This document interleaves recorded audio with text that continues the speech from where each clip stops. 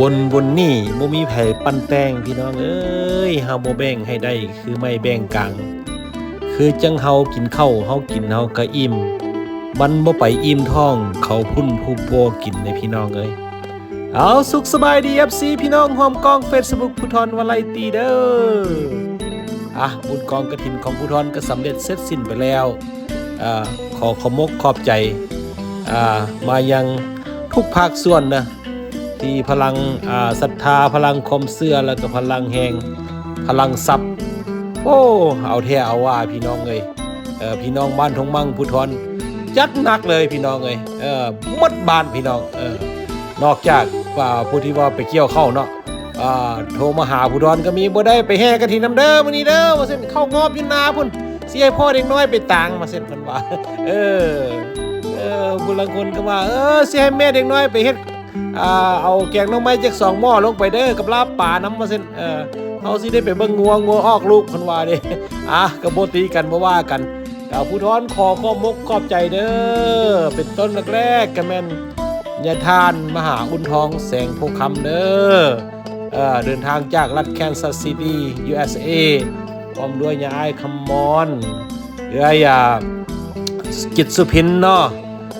ทางเมืองลาวก็มีอาจารย์สุวรรณีแล้วก็อาจารย์ดาววอนอาจารย์คำเภาพงเพชรแล้วก็นายบ้านทงมั่งเนาะพร้อมนี้ก็มีคณะสหพันธ์มิตรหญิงลาวบ้านทงมั่งอย่างไอ้คำบอพนครเนาะพร้อมนี้เนาะพิเศษเลยหัวเหือใหญ่เจ้าของโรงทานทุกท่านนะพี่น้องนะเอาอาหารการกินมาค้ำแขกค้ำคนเต็มวัดเลยพี่น้องไงจนเหลืออยู่เหลือกินนะภูธรก็ขอกราบขอบมกขอบใจเสียสละทุนทอนทรัพย์สมบัติแล้วก็เหือแหงเสียเวลามา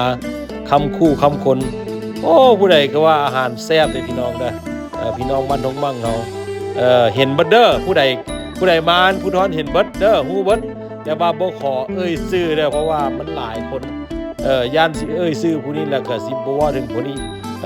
แล้วก็ชื่อผู้นี้แล้วก็สิบ่ว่าถึงผู้นี้ก็เลยว่าขอบ่ชื่อซะแต่ว่าภูธรเห็นก็ขอขอบคุณขอบใจอย่างสุดซึ้งมาณที่นี้ด้วยเด้อผู้ใดไปแล้วก็ได้กินได้อิ่มแล้วก็โอ้มาเว้าคักหลายบุญกฐินบ้านทงมั่งภูธรก็ขอขอบคุณขอบใจด้วยใจจริงหวังว่าสิได้สร้างน้ำกระทำบุญน้ำกันต่อไปและอีกอย่างหนึ่งและแม่นาคณะสายบุญบ้านนาทางงอนพี่น้องนำทีมฟ้อนงามออกหน้ากองกฐินภูธรแห่จากของเรื่อยทงมั่งเข้าสู่วัดบ้านทงมั่งย่างสง่างามเนาะพี่น้องเนาะทำกลางการต้อนรับอันม่วนซื่นโฮเซลยิ้มแย้มแจ่มใสโอ้ยผู้ใดก็มีความสุขเนาะพี่น้องเนาะของชาวบ้านทงมั่งแหละบ้านอ้อมข้างบ้านอ้อมเคียงเนาะพี่น้องเนาะถือว่าตอนนี้เป็นประวัติศาสตร์ของชาวบ้านทงมั่งเด้อพี่น้องเด้ออันนี้ก็ภูธรก็ขอแสดงความปลื้มปิติยินดีขอบุญกุศลที่ทุกท่านได้ทำในวันนี้ครั้งนี้ก็จงเป็นภาวะปัจจัยนี้ใส่ตามทรงเนาะพี่น้องเนาะให้ทุกคนจงมีอานิสงส์ตามที่ว่าบุญกฐินที่ว่าเราได้เฮ็ดกันมาควรจะได้รับนะพี่น้องเนาะอานิสงส์ของบุญกฐินมีอย่างแน่นะพี่น้องเนาะก็อันแรกก็มีอยู่5อย่างนะพี่น้องเด้อ1มาเราจะได้มาเกิดอีกพบพ่อพระพุทธศาสนาเกิดอยู่ในครอบครัวที่มีสัมมาทิฏฐิเป็นตระกูลที่ดีอันนึงเนาะพี่น้องเนาะมีความอุดมสมบูรณ์มีความอบอุ่นเสนอไปแล้วก็เป็นครอบครัวที่น่านับถือเป็นคนที่มีความเก่งใจเป็นคนที่มีคนเก่งขามน่านับถืออันที่1อันที่2จะเฮ็ดให้เฮานั้นมีอวัยวะพร้อมอาการ32พร้อมเป็นมนุษย์ที่สมบูรณ์มีหุ่นร่างสง่างามอันที่3ก็จะเป็นคนที่มีผิวพรรณวันหน้าอันพดพองนะพี่น้องเด้อเป็นคนที่ว่าหน้าตาจบงามมี4,000เป้งปังอันเป็นที่จับหูจับตาสำหรับผู้ที่ได้เห็นเนาะอันที่3อันที่4ก็จะทำให้เฮานั้นเป็นผู้ที่มีโภคทรัพย์นะพี่น้องเด้อ เป็นเศรษฐีมีมั่งหั่งมีเงินมีคำเป็นผู้มีปัญญาปารมีมีเงินมีคำสร้างน้ำกระทำบุญเนาะอันที่สี่อันที่ห้าก็เมื่อละสภาพจากความเป็นมนุษย์แล้วก็อย่างน้อยก็จะได้ไปยุติอยู่สุคติโลกสวรรค์นะพี่น้องเด้อจะบ่ได้ลงนรกจะบ่ได้ตกอเวจีเนาะนี่ก็คืออานิสงส์5อย่างของบุญกองกฐินเนาะพี่น้องเนาะ